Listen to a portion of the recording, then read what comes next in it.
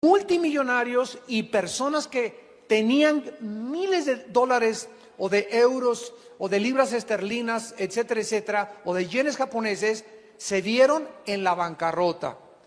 Y y está sucediendo un caos internacional actualmente, que profetizan, ¿verdad?, que en los 4 o 5 meses, tal vez para mayo, para junio, se va a agravar en el desempleo, en la caída de bancos, en quiebras de bancos, etcétera, etcétera, donde el mundo está comenzando a darse cuenta que el tapete se les está moviendo. Las personas que tenían ya no tienen la seguridad que van a tener.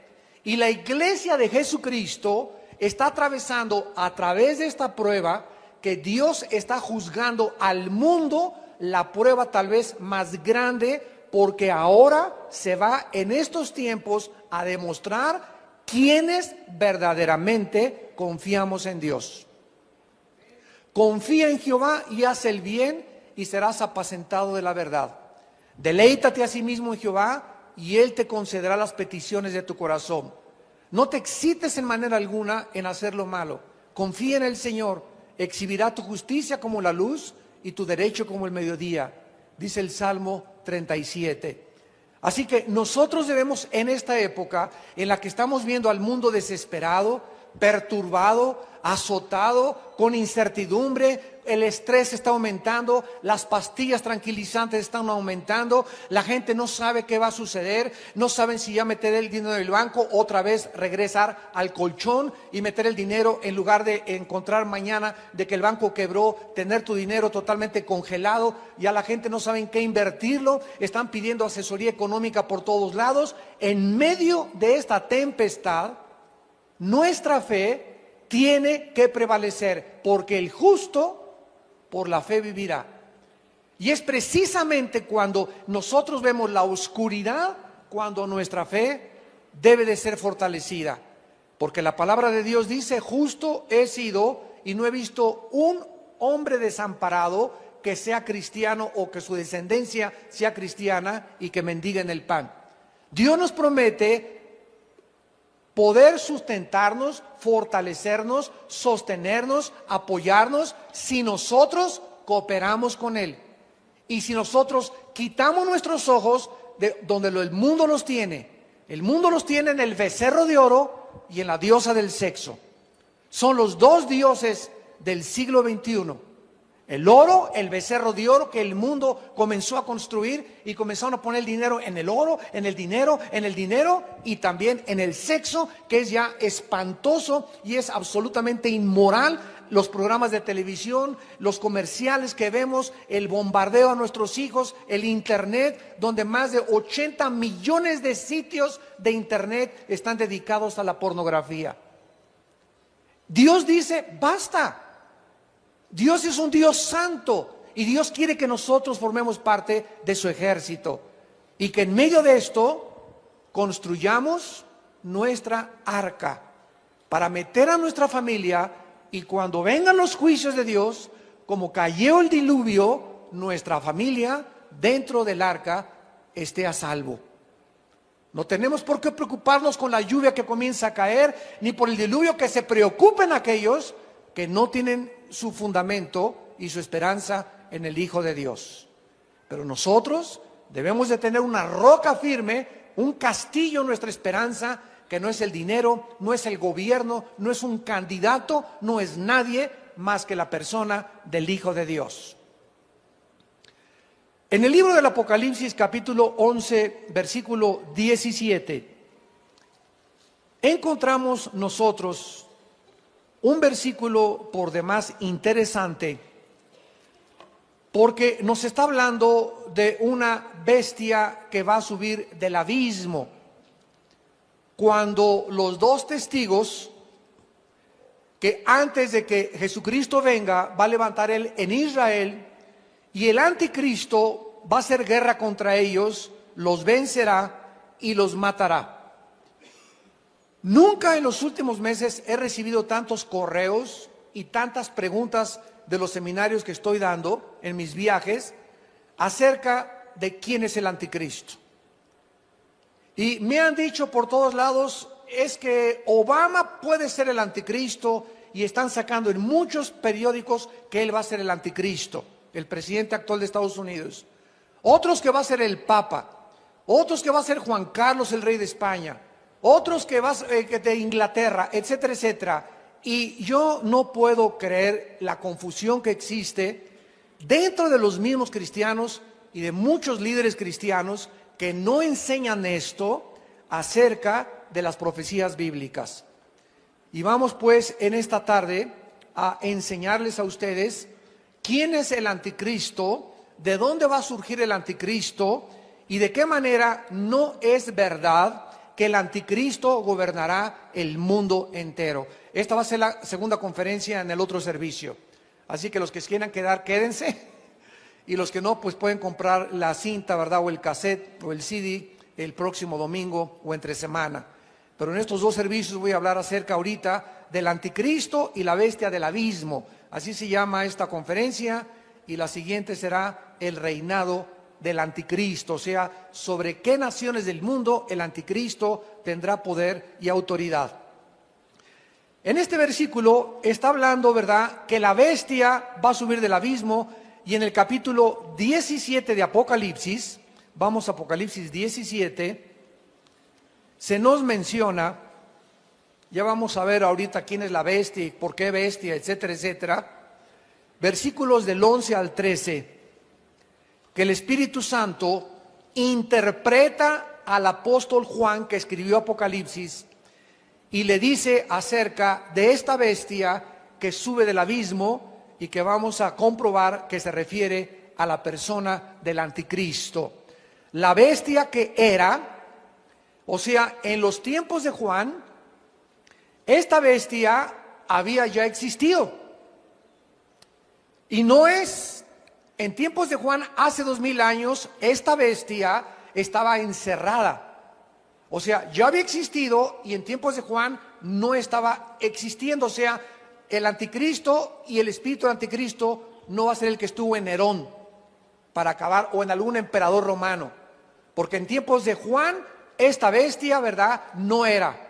Y dice, es también el octavo y es de entre los 7 y va a la perdición. Y los 10 cuernos que has visto son 10 reyes que aún no han recibido reino. Por una hora recibirán autoridad como reyes juntamente con la bestia. Estos tienen un propósito, el mismo propósito, y entregarán su poder y su autoridad a la bestia.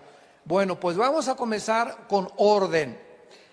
En primer lugar, la Biblia menciona 3 prisiones de oscuridad en el mundo subterráneo: el infierno, el abismo y el Tartarus.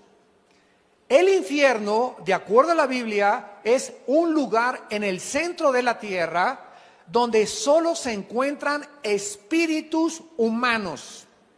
No hay tal cosa como que haya demonios en el infierno, ni tampoco el diablo está en el infierno. Esos son cuentos de Judas Macabeo, Judas Tadeo y de Juan Diego. Es como los 3 reyes magos, ¿verdad? Y como la manzana del huerto del Edén. La Biblia no menciona la manzana, ni tampoco menciona que los que se llamaban Gaspar, Melchor y Baltasar, ni que era uno blanco, otro prieto y el otro amarillo. Todos son absolutamente historias ficticias que no tienen su origen en la Biblia. Entonces tenemos que regresar a la Biblia y sacar la verdad de la Biblia. Entonces, en el infierno, número 1, se encuentran espíritus humanos.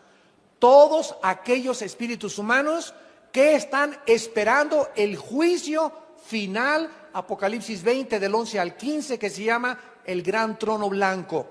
Van a ser sacados de ahí, presentados delante de Dios, y después el infierno se convierte en el lago de fuego, donde primero va a entrar el anticristo, el falso profeta, ¿verdad?, y el mismo Satanás. En segundo lugar, la Biblia menciona otra prisión que se llama el abismo. Todo esto lo vamos a ir viendo y desarrollándolo. Y el abismo es el lugar de los demonios. Cuando en Gadareno se enfrentó con Cristo y Cristo le dijo, ¿cómo te llamas? Él le contestó, Legión. y una legión consistía de 6,000 soldados romanos. O sea, la Biblia nos revela que puede haber seres humanos que tengan 6,000 demonios. Imagínate, los demonios están en otra dimensión, bajo otras leyes físicas, y pueden estar en tu corazón, en tu mente, en tus oídos, en tus ojos, en tu nariz, en tu garganta, en tu estómago, en tu hígado, en tu estómago, ¿verdad? Y tienen control total de nuestras neuronas. Y saben perfectamente bien en el cerebro dónde funciona el ojo, el oído, y pueden tomar control de nuestros ojos, de nuestra voz. A muchos endemoniados se les cambia la voz. Entonces, estos demonios que estaban en el Gadareno le rogaron a Cristo. Esto se encuentra en Lucas 8:31, y le dijeron: por favor, cuando nos saques, porque reconocieron la autoridad de Cristo, no nos mandes al abismo.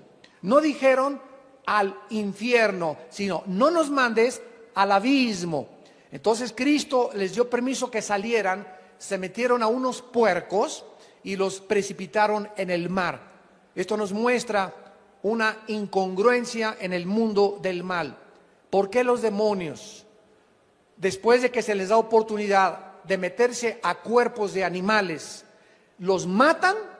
Porque el mal por sí mismo se destruye a sí mismo.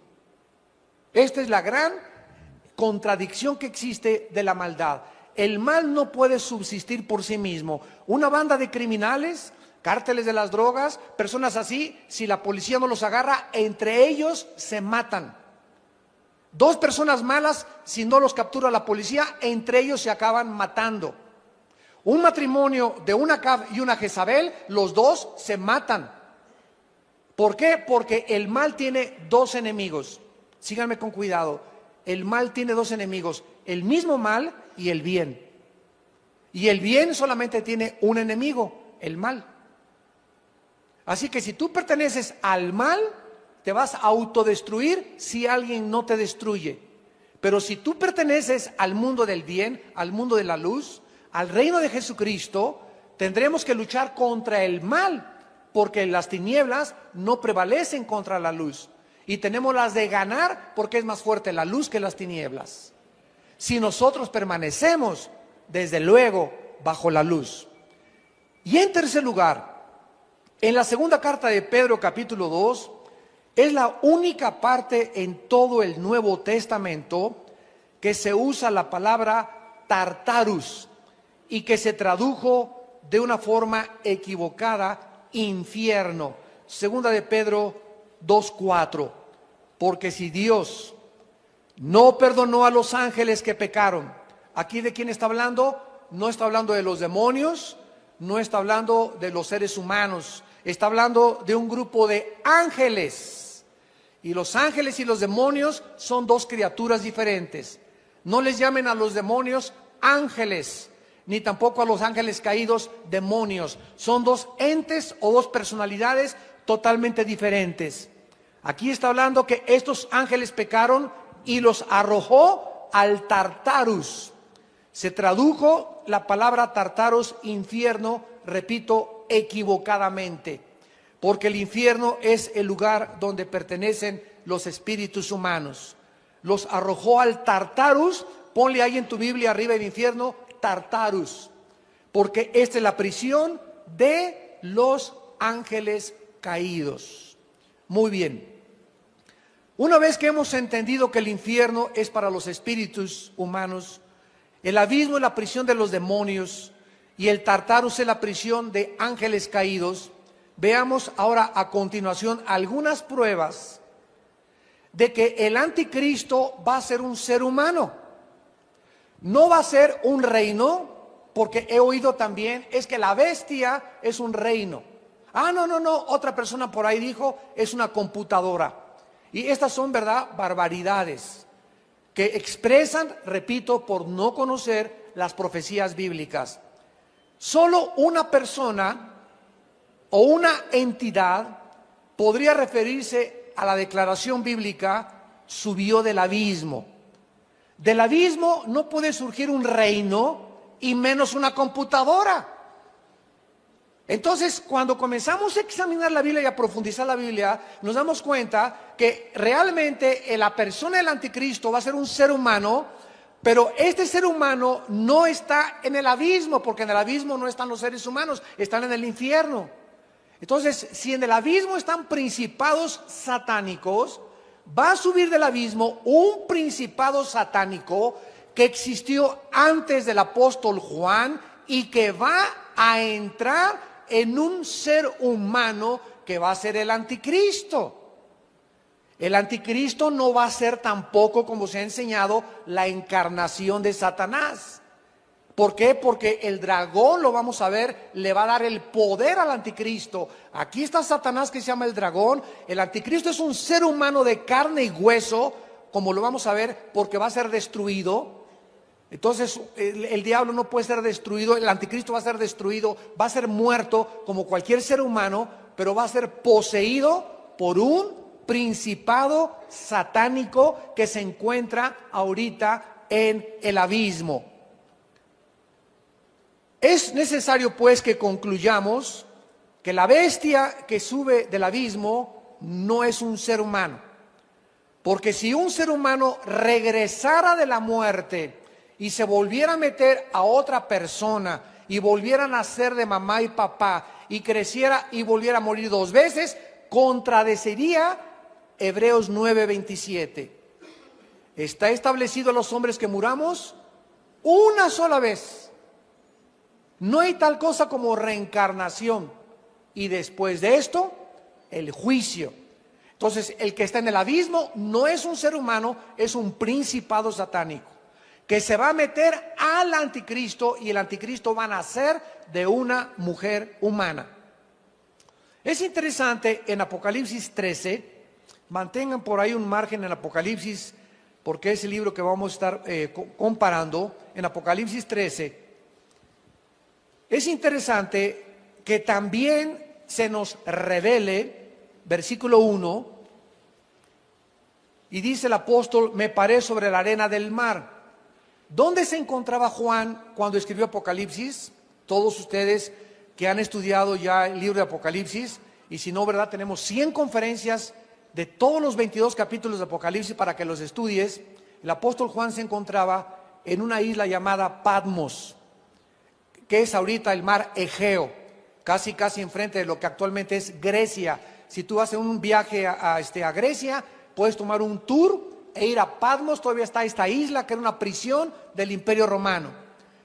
Juan el apóstol se encontraba en Patmos, entonces él dice que estaba en la orilla y vio del mar surgir a una bestia. Sabemos entonces por esto que el anticristo va a surgir del área del Mediterráneo.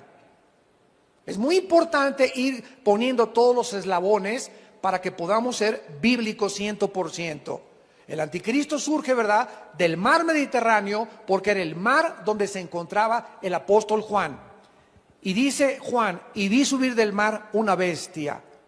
O sea, ¿dónde se encuentra el abismo? En el centro de la tierra, junto al infierno. Y lo vamos a ver y lo vamos a comprobar en Apocalipsis 9 en unos momentos. Entonces, Juan ve que del mar surge una bestia. Y esta bestia que sube es la bestia del abismo de Apocalipsis 11, y dice Juan con mucho más detalles que ahora esta bestia ya en la superficie de la tierra lo ve con 7 cabezas, 10 cuernos, y en sus cuernos coronas o diademas, y sobre las cabezas, sobre las 7 cabezas, cada cabeza tenía un nombre blasfemo. ¿Qué significa esto? Apocalipsis 17, vayamos a Apocalipsis 17 y dejemos que sea el Espíritu Santo el que nos diga, que no es la cabeza de Pancho Villa, ni la de Zapata, ni la de otras cosas. Dice el versículo 9, esto para la mente que tenga sabiduría. Las 7 cabezas, o sea, como aparece el anticristo surgiendo del mar, subiendo del abismo, son 7 cabezas, son 7 montes, sobre los cuales se sienta la mujer, y son 7 reyes. O sea, se nos da una doble revelación. Estas 7 cabezas son 7 reinos. Y son 7 reinos que han estado gobernando sobre 7 montes. En la Biblia, en el Antiguo Testamento, los montes simbolizan a los gobiernos. Por ejemplo, en Isaías 2 dice, versículo 2, vendrán todos a adorar al monte de Jehová y todos los demás montes serán aplastados. Se refiere a todos los demás gobiernos, sucumbirán y el único gobierno estable, justo, donde predomine la paz, será el reinado de Jesucristo. Muy bien, son 7 reyes, 5 de ellos han caído. En tiempos de Juan, 5 ya no existían de estas cabezas. Una de las cabezas estaba vigente en tiempos de Juan. La otra cabeza no ha venido, o sea, la sexta, cuando venga es necesario que dure breve tiempo. La bestia que era y no es también el octavo y es de entre los 7 y va a la perdición. Vamos a aclarar esto pues. El anticristo es simbolizado subiendo del mar Mediterráneo con 7 cabezas que representan 7 imperios. Si nosotros nos metemos a la historia, han sido exactamente los imperios mundiales que han perseguido al pueblo de Dios. Han perseguido al pueblo de Dios. Y estos son Asiria, apúntalos, fue el primer imperio. Después Egipto, Babilonia, los medos persas y los griegos. En tiempos de Juan, estos 5 habían caído porque el imperio romano conquistó el imperio griego. Uno que era el que estaba gobernando, el sexto, en tiempos de Juan. El otro que viene va a ser lo que representan los 10 cuernos. Los cuernos representan jefes de Estado en la Biblia o poderes, y va a ser las 10 naciones sobre las cuales el anticristo va a gobernar nada más. Y el octavo, él va a derribar 3 gobiernos de las 10 naciones, como lo vamos a ir viendo, y el anticristo será el octavo gobernante mundial. Entonces, Juan describe a la bestia surgiendo del mar. Quiero que me acompañen a Isaías 27. Yo sabía que se iban a empachar. Pero pueden esta conferencia oírla 2, 3, 4, 5 veces y te va a caer el 20 el año que entra. Pero tenemos ya que meternos, ¿verdad?, a los filetes miñones de la Biblia y a la carne de la Biblia y a tratar de desbaratar tantas doctrinas por tantos inventos, mitos y leyendas que están haciendo y los cristianos no tienen con qué defenderse. En Isaías 27 es interesante la revelación, versículo 1, que se nos da acerca de Satanás. En aquel día Jehová castigará con su espada dura, grande y fuerte, y miren cómo se le llama a Satanás. Se le llama el Leviatán. Número 1. Número 2, se le llama serpiente veloz. ¿Ustedes saben lo que es un dragón? ¿Alguno de ustedes podría decirme si existieron o no existieron los dragones? Y hasta este momento no hay el vestigio ni el fósil de ningún dragón. Sin embargo, ¿de dónde salió la figura de una serpiente con patas y alas, que es Godzilla, el juguetito inocente de tu bebé? ¿De dónde salió la figura de un dragón? Que el dragón es una serpiente con patas y con alas. ¿De dónde salió? Es el símbolo de la China. ¿Habrá sido la obra de la imaginación o realmente existieron los dragones? La Biblia dice que efectivamente existieron en el mundo preadámico los dragones, con los dinosaurios y con los monstruos increíbles que los atribuyen a la época de bronce o a la época paleozoica.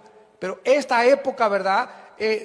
Si nos remontamos a las pirámides de Egipto, ¿saben ustedes que las pirámides de Egipto nadie sabe cuándo fueron construidas? Se calcula que tienen más de 6,000 años las pirámides de Egipto. y nadie sabe qué emperador las hizo, menos la pirámide de Gizeh o la de Giza. Y estas pirámides tienen cada piedra que pesa 8 toneladas cada piedra. Hay piedras que tienen la pirámide que pesan 10 toneladas. Y las personas que hicieron las pirámides de Egipto, estamos hablando de hace 8,000 o 10,000 años, síganme con mucho cuidado, eran personas que tenían altos conocimientos astronómicos y matemáticos. Y nos dicen que venimos de los cavernícolas. O sea, si realmente hace 8,000 o 10,000 años, en la época de bronce, eran los cavernarios, como inventaron el hombre de Neandertal, el hombre Cromañón, el hombre Piltdown, el hombre de quién sabe cuántas cosas le han puesto, y que de ahí venimos de la evolución. Todos eran y son fraudes intelectuales. Ni el de Neandertal, ni el de Piltdown, ni el hombre Pekín, ni el de Cromañón, ninguno nunca en el siglo XX se demostró que eran humanos. Eran mezclas de huesos de animales con mezclas de humanos. Y se echó abajo totalmente todas estas proposiciones filosóficas y fantasoidas, ¿verdad?, de que eran el eslabón perdido. Entonces, la Biblia nos muestra que hace 6,000, 8,000 años existió un grupo de personas o de seres aquí en la tierra que las pirámides las apuntaron exactamente a los signos del zodiaco. Los 4 puntos abajo de la pirámide están exactamente calculados al norte, al sur, al este o al oeste. Y hace 6,000 años no había telescopios, papacito. No había nada de astronomía hasta Galileo Galilei. No había forma de calcular como los mayas el calendario solar para poder decir, este es Virgo, este es Leo, esto es aquello, y el diablo agarra los signos del zodiaco que son reales y que existen en el universo, los tuerce, los pervierte y los convierte en signos de astrología y le quita a la astronomía el valor que tiene la astronomía. Y no confundamos la astrología con la astronomía. Entonces vemos en los signos del cielo que había el mensaje del evangelio escrito por Dios. Comienza con Virgo, que es la Virgen, y viene Leo, que es Satanás, y vemos, Leo, que es Cristo, y el escorpión, que es Satanás. La historia de la Virgen que nacería, de la semilla que nacería de una Virgen y que sería Satanás esperando que naciera para atacar al Hijo de Dios, lo vemos escrito en los cielos, y el diablo lo pervierte y lo convierte en la astrología. ¿Quiénes eran entonces los constructores de las pirámides? ¿Quién les dio hace más de 6,000 años? Llámale como les quieras llamar a los que las hicieron. ¿Cómo cargaron piedras de 8 toneladas si ni siquiera existía la palanca, ni había piedras de ese tamaño a más de 500 kilómetros de distancia del desierto de Egipto? Entonces es un misterio de la ciencia, como lo es el misterio del Triángulo de las Bermudas, donde nació tu padrino. Y así venimos al mundo de la historia y vemos, ¿verdad?, la revista Duda, por eso tienen las dudas que tienes. Y venimos a los libros que venden en Sanborns, etcétera, etcétera, y las pirámides de Egipto, y el misterio de esto, y el misterio del universo, y está el mundo, ¿verdad?, el misterio del origen del universo, el misterio de las pirámides de Egipto, el misterio de las pirámides maya.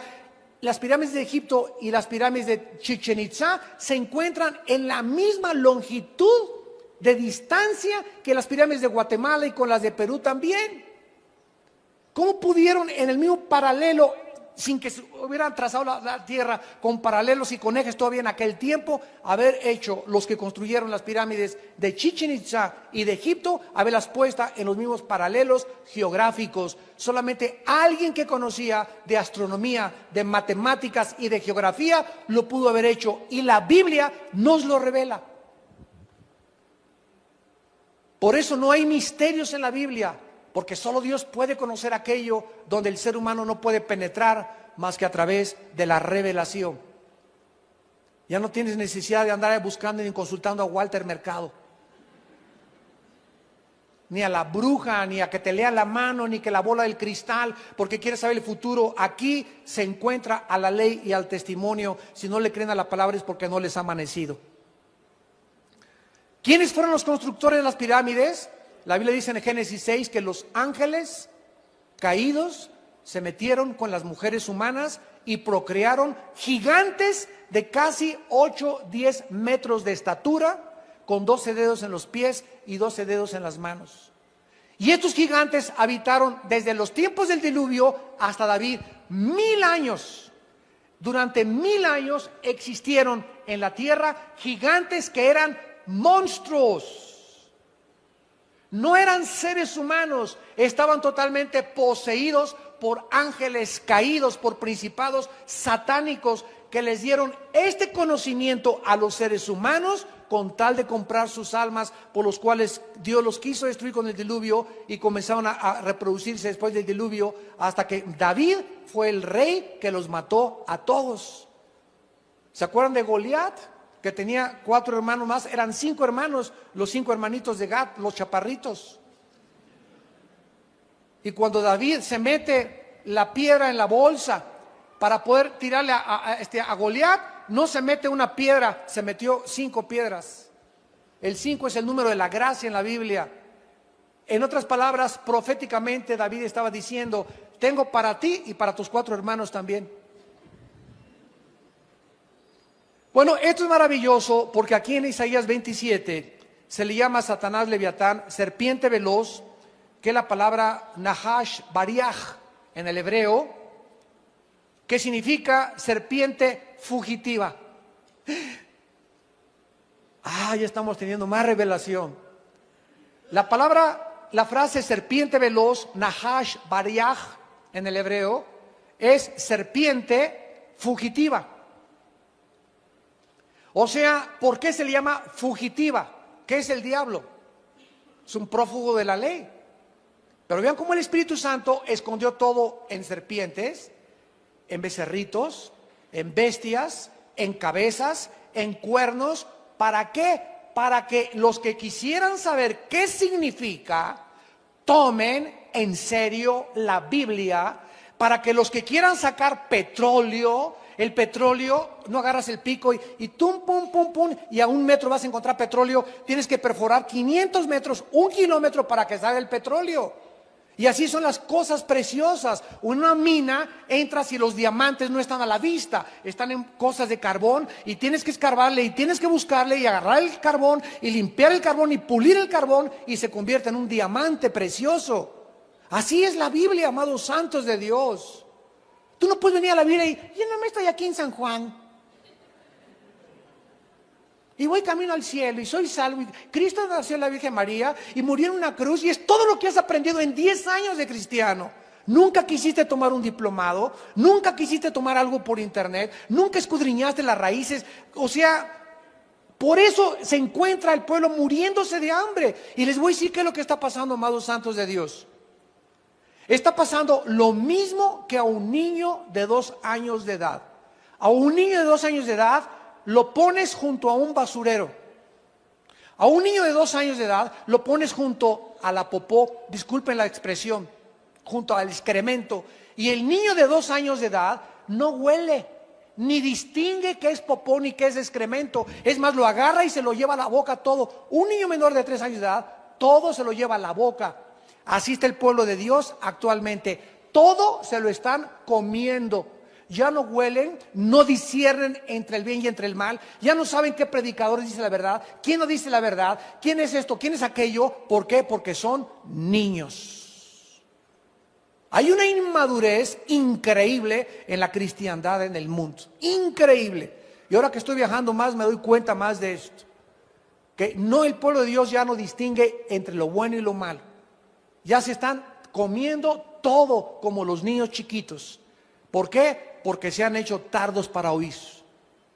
En lugar de tener ejercitados los sentidos, como dice Hebreos 5 del 11 al 12, entre el bien y entre el mal. En tercer lugar se le llama a Satanás en el versículo capítulo 27, Leviatán, serpiente veloz. Leviatán, serpiente tortuosa. La palabra tortuosa, acalatova en el hebreo. Acalatova significa torcida. Torcida. Y matarán al dragón. La palabra dragón en el hebreo es tanín, con T de tío. Tanín es la palabra que se tradujo dragón. Matarán al dragón que está en ¿dónde? ¿Por qué el Espíritu Santo nos describe con tres símbolos a Satanás y nos dice que está en el mar? Al dragón que está en el mar. ¿Por qué? Porque sabemos, ¿verdad?, que precisamente lo que se llama actualmente como el Triángulo de las Bermudas es una de las puertas del infierno. Y si, como vamos a ver en Apocalipsis 9, se le dio al ángel la llave del abismo y abrió y subió a la tierra, o sea, abajo del mar hay tierra y abajo de la tierra está el infierno y el abismo. Entonces, el centro de nuestro planeta se encuentra habitado por espíritus inmundos y se encuentra habitado por espíritus humanos.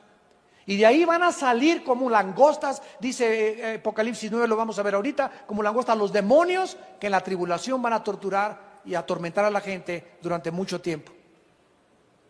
Entonces, vemos que el mar en la Biblia es un símbolo del mal. Dice la Biblia en Isaías, porque los malos son como el mar que no pueden estarse quietos, arrojando espuma de un lugar para otro. Tú te metes al mar y es un sentimiento que tenemos te impone, ¿verdad?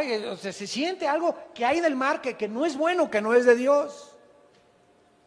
Y vemos precisamente de la famosa Atlántida, otra historia que se comenzó a fabricar, que una ciudad perdida que se encuentra, y otros que quieren bajar a la Atlántida, etcétera, etcétera. Pero es precisamente porque Dios nos muestra claramente que esto es lo que va a existir en la otra vida.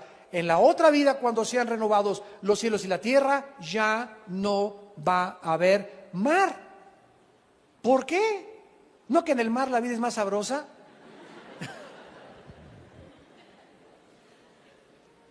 ¿Por qué 3/4 partes del planeta Tierra está ocupado por el agua?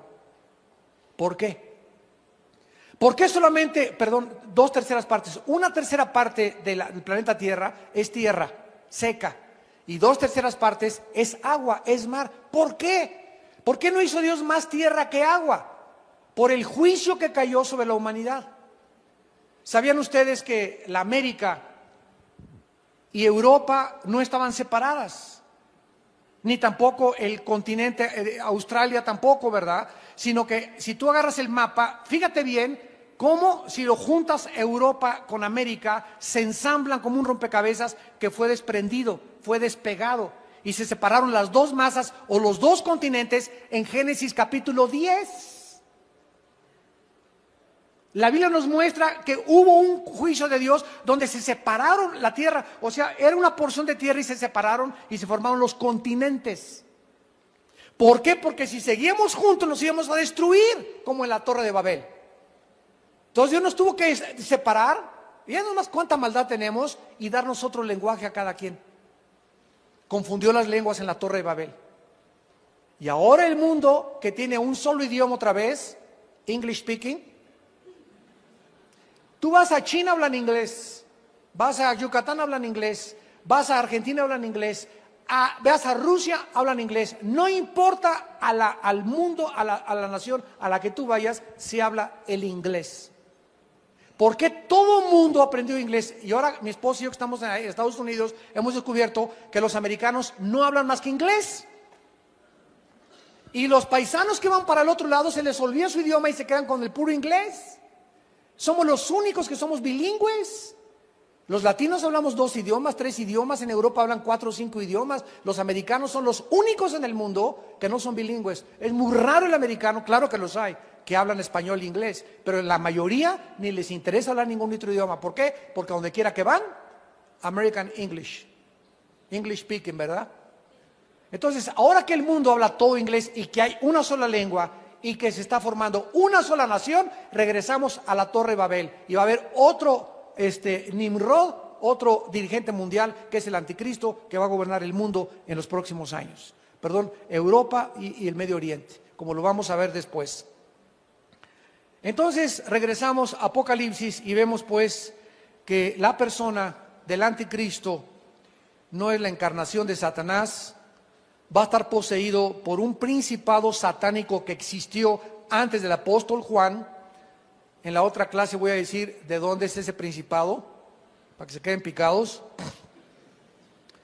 Y vemos que tampoco podría ser posible que el anticristo fuera una máquina, una computadora o un reino, sino que es una persona de carne y hueso, un ser humano, un ente con personalidad común y corriente como tú y como yo, poseído por principado. La Biblia nos muestra que podemos ser poseídos por principados y que va a tratar de establecer su reino en este mundo, pero sin embargo va totalmente a fracasar. Vemos pues finalmente, o en penúltimo lugar, ¿verdad?, que no existe ninguna escritura que pruebe que el anticristo sea diferente a cualquier otra persona normal, en su nacimiento, en su muerte, etcétera, etcétera, en segunda de Tesalonicenses capítulo 2. Versículos 8 y 9, el apóstol Pablo escribió, segunda de Tesalonicenses 2, 8 y 9, entonces se manifestará aquel inicuo. Esta palabra inicuo, anomos en el griego, significa sin ley. Esto describe el carácter del anticristo. Va a ser un rebelde. El anticristo va a ser una persona en contra de la autoridad. ¿Y cuál es la principal autoridad del universo? Dios. Tú no eres tu autoridad para ti mismo, ni yo para mí mismo. La autoridad suprema es Dios. Él es el legislador de las leyes cósmicas, tanto de las leyes físicas como de las leyes morales. Él le dio los 10 mandamientos a Moisés y dijo, ustedes no se mandan. Aquí es lo que yo digo, lo que es bueno y lo que es malo. Yo no quiero, le dijo Dios a Adán y Eva, que coman del árbol del conocimiento del bien y del mal. ¿Por qué? Porque no quiero que ustedes decidan qué es bueno y qué es malo, porque no son dioses. Yo conozco la luz y yo soy el que conozco las tinieblas. Ustedes no las conocen. Adán y Eva agarraron y comieron de ese fruto maldito, y desde Adán hasta nuestros días, todos nosotros, sin Cristo, decidíamos, bueno, para mí es bueno ser homosexual, no te metas conmigo, ese es mi estilo de vida. Casarme con otra mujer es mío. Pues fumar marihuana para mí es bueno, vamos a legalizarla, no tiene nada de malo. Y comenzamos cada quien en cada país a tratar de poner nuestras reglas y de decidir nosotros qué es bueno y qué es malo. Esto es el árbol del conocimiento del bien y del mal que el mundo sigue comiendo. Cuando recibes a Jesucristo en tu corazón, abandonas comer de ese fruto y ahora comemos del árbol de la vida, y la vida es la palabra de Dios, y ahora Dios es el que me dice, Armando, yo no quiero que tú decidas qué es bueno y qué es malo, porque te vas a equivocar. Tus sentimientos y tus emociones son engañosas. Ay, es que mi novia está muy bonita y se parece a Britney Spears. Pues aunque se parezca a Britney Spears y aunque ese chavo tenga cara de John Travolta, no te dejes gobernar por tus sentimientos, porque son equivocados. Perverso y engañoso es el corazón más que todas las cosas. Déjame, dice Dios, decidir por ti. Esto es lo que se llama la identificación de la santidad con el Hijo de Dios. Crucificar nuestra carne, mis sentimientos, mis emociones, y venía la palabra, y que Dios me diga en la Biblia qué es bueno y qué es malo. Yo no voy a decidir ya qué es bueno y para malo, no, que me diga Dios qué es bueno y qué es malo, y para eso necesito leer este libro. Y cuando comenzamos a comer del árbol de la vida, comenzamos a vivir, porque el que obedece los mandamientos y las leyes de Dios vive y tiene una vida de prosperidad, una vida de paz, una vida de tranquilidad, una vida de sentido y de propósito en la vida. Y eso es lo que Dios anhela para tu vida y para mi vida. Que ya no comamos de ese árbol, que ya no decidas tú qué es bueno y qué es malo, sino que vengas a Dios y que Él te dice, a tu mujer no es tu sirvienta, no es tu criada, no es tu esclava. Eso es lo que tú creías que era, pero no es menor que tú, es coheredera tuya. Trátala como un vaso frágil para que yo te bendiga. Es que las mujeres y el caballo a nadie se han de prestar. Decía mi padrino, pues aunque tu padrino te haya dicho eso, y aunque tu familia golpeaban a las mujeres, ahora tú eres mi hijo y quiero que sepas que la tienes que amar a tu esposa como yo te amé en la cruz. Y quiero que sepas que no es tu esposa la que les enseña la Biblia a los hijos, eres tú como varón de la casa el responsable, porque ahora Él me dice qué es el matrimonio y cuáles son mis responsabilidades, no lo que mi padrino, ni lo que mi papá, ni lo que la religión me enseñó, lo que me enseña la Biblia. Y el anticristo viene a romper todo eso. Y ya se ve el espíritu del anticristo en el mundo, atacando la familia, que es la institución a través de la cual Dios fundó su iglesia y las naciones.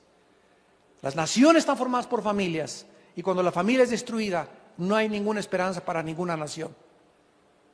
Y está atacando, ¿verdad?, a través de las leyes de los gays y a través de tantas cosas, el núcleo familiar. Está tratando de dividir a tu esposo de tu esposa. Está tratando de convencerte que tu esposo no merece eso, que tu esposa hay otra mujer mejor para ti. Y sabe una cosa, el llamado de nosotros a Cristo es aguantar. Aguantar el calor, aguantar las pruebas, soportar a mi esposa por 3, 4 meses que entra en la menopausia, aguántala 5 años. Aguantar a tu esposito mientras, claro, no te ponga una mano encima o no te atormente psicológicamente. Pero tenemos que aguantar, soportar, porque no estamos en Disneylandia. No existe Cenicienta, ni te la vas a encontrar nunca. Ni el Príncipe Valiente tampoco, ni Rambo tampoco. Entonces, el anticristo se le llama el anomos, el inicuo, porque viene a tratar de derribar la autoridad. No hay Dios, ustedes son dioses. El gobierno es el que va a poner las leyes, el gobierno y el Estado es el que va a controlar el mundo. Ahora, a través de esto, no es la familia. Tú no educas a tu hijo como tú quieres, el gobierno te va a decir cómo educar a tu hijo. Tú no tienes la libertad de decirle a tu hijo que crea en la evolución, en la creación, no. Es el gobierno el que va a decidir qué educación se va a llevar a cabo. El gobierno va a decidir qué filosofía y qué religión se va a poder adoptar. El gobierno va a decidir si es bueno o es malo el matrimonio gay. Y comienza el gobierno a inmiscuirse en las cosas morales que solo le competen a la iglesia, y el gobierno deja de funcionar como gobierno. Porque el gobierno tiene que principalmente protegernos a los ciudadanos, garantizarnos seguridad, libertad, para que podamos vivir en paz y con tranquilidad, y castigar con toda la energía de la ley el crimen, el secuestro, el robo, el asesinato, la violación. Todo el peso de la ley tiene que caer sobre aquellos que tratan de envenenar a la sociedad. Esa es la función del gobierno. La función de la iglesia es ser la conciencia moral del gobierno y del mundo entero. Somos la luz del mundo. Y la luz no se esconde debajo, la luz tiene que levantarse alto y brillar, para que el mundo sepa que hay un Dios que es el que pone las leyes y nosotros no somos dioses. Y finalmente dice en Apocalipsis capítulo 13 otra vez que el diablo, el dragón, versículo 2, la bestia, Apocalipsis 13:2, era semejante a un leopardo, sus pies como de oso, su boca como de león. Aquí se vuelve a dar más detalles, más piezas para el rompecabezas acerca del anticristo, y para que entendamos por qué se le compara a un leopardo, a un oso y a un león, tendríamos que ir a Daniel. Eso va a ser de tarea en tu casa, capítulo 7, y en el Daniel capítulo 7, Daniel tiene una visión de una bestia, de 4 bestias que surgen del mar también.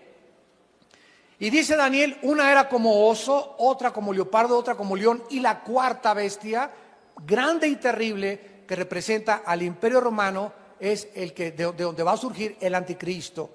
Entonces, en otras palabras, cuando dice la Biblia en Apocalipsis 13:2 que el anticristo era semejante a un leopardo, a un oso y a un león, significa que el anticristo va a revivir a el imperio babilónico, que actualmente es Irak. De acuerdo a las profecías bíblicas, Irak se va a convertir en los cuarteles generales del anticristo.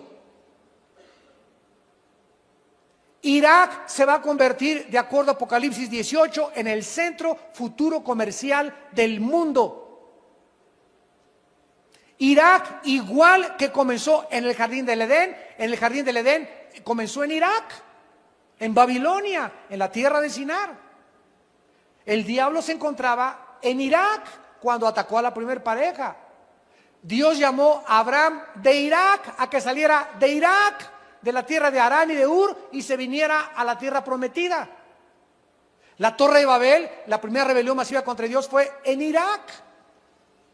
Todo el pecado, la astrología, la brujería, el espiritismo, tuvo su origen en Irak, en Babilonia. Y miren, el mundo comenzó en Irak, la civilización, y el mundo ha hecho esto, un ciclo, y el mundo va a terminar donde comenzó, en Irak. Después de Jerusalén, Babilonia es la ciudad que más se menciona en la Biblia. La más importante de la Biblia es Jerusalén. Y después de Jerusalén se menciona más de 280 veces Babilonia. Y Babilonia no es Nueva York, ni las Torres Gemelas eran Nueva York, ni es el capítulo 18, es Babilonia, la tierra de Sinar, geográficamente donde se encuentra ahorita Irak. Ahora entienden ustedes, a la luz de esta poca revelación, porque es muy poquito lo que hemos visto, por qué ahorita el conflicto del mundo se encuentra en el Medio Oriente. Ahí están en Irak desde el 90, desde hace 15 años, la guerra del Golfo Pérsico, 2 guerras del Golfo Pérsico, por tratar de controlar ese punto geográfico. ¿Por qué? Porque dice Apocalipsis 9, que se encuentran junto al río Éufrates, que atraviesa Irak, 4 ángeles atados. 4 ángeles caídos atados que van a ser desatados en el tiempo del anticristo, para acabar con la humanidad. Entonces, es el centro del espiritismo y donde más concentración de demonios y ángeles caídos hay en la tierra, en el planeta Tierra, Irak. Y ahora que los soldados americanos se salgan de Irak para que se cumplan las profecías bíblicas, que es lo que el presidente Obama acaba de determinar, tal vez en un año, ¿qué va a pasar con esa zona? Pues van a brincar todos los grupos terroristas a esa zona y de alguna manera entre Irak y entre Siria va a surgir el anticristo. El anticristo no surge de Italia, ni de Francia, ni de España, ni de Estados Unidos, ni de Inglaterra. Va a surgir entre Babilonia antigua y Siria. Y al anticristo se le llama en la Biblia el asirio o el rey de Babilonia, porque era el imperio medo-babilónico que unía Irak y a Siria en aquella época. Dice el versículo 2, y el dragón le dio su poder y su trono y grande autoridad. Juan dice lo mismo que dice Pablo en Tesalonicenses, que el anticristo recibirá poder y gran señal y poderes de Satanás. Satanás le va a dar al anticristo su poder, su trono y grande autoridad. Y sabemos que Satanás puede materializar la energía. ¿Qué les quiero decir para terminar? Cuando Moisés estaba ante Faraón, Dios le dijo a Moisés, aviéntale tu vara, la vara que traía Moisés, el cayado, y la vara de Moisés se convirtió en una culebra. O sea, una vara, ¿verdad?, es un objeto inanimado, molecularmente no tiene vida. Y cuando los brujos del Faraón vieron que la vara de Moisés se convirtió en una culebra, los brujos del Faraón, dice Éxodo capítulo 7, aventaron sus varas y se convirtieron también en culebras. O sea que Satanás puede este púlpito materializarlo. Puede hacernos aparecer ovnis que parezcan platillos voladores. Puede hacerte ver un objeto que entra a tu casa y que desaparece. Te puede prender la televisión, doblar los vidrios, abrir las puertas de tu casa, hacerte oír ruidos, hacerte oír voces. Satanás tiene acceso al mundo físico, material de 4 dimensiones donde tú y yo vivimos. Y más que eso, tiene acceso a nuestro cerebro. Y el blanco de Satanás es nuestra mente. Si él entra aquí, controla aquí, mi vida ya controló totalmente toda mi existencia. Por eso dice la Biblia, renueven su mente. No se conformen al mundo. Traten de cambiar su manera de pensar de acuerdo a Dios. Sométete a Dios, dice la palabra de Dios. Sométete a mí. Que la palabra de Dios more en abundancia en tu vida. Ven al diplomado, estudia 2, 3 cosas entre semanas si puedes. Memoriza 3, 4 versículos. Llénate de la palabra de Dios para que pueda tu mente ser transformada y el Espíritu Santo te pueda gobernar. Padre, gracias por tu palabra en esta mañana. Abre nuestros ojos y miraremos las maravillas de tu ley. Gracias porque la suma de tu palabra es verdad. Gracias porque no hay nada torcido ni perverso en ella. Ella es sabiduría a los que han entendido. Es el alimento y el árbol de la vida que ahora nos mantiene,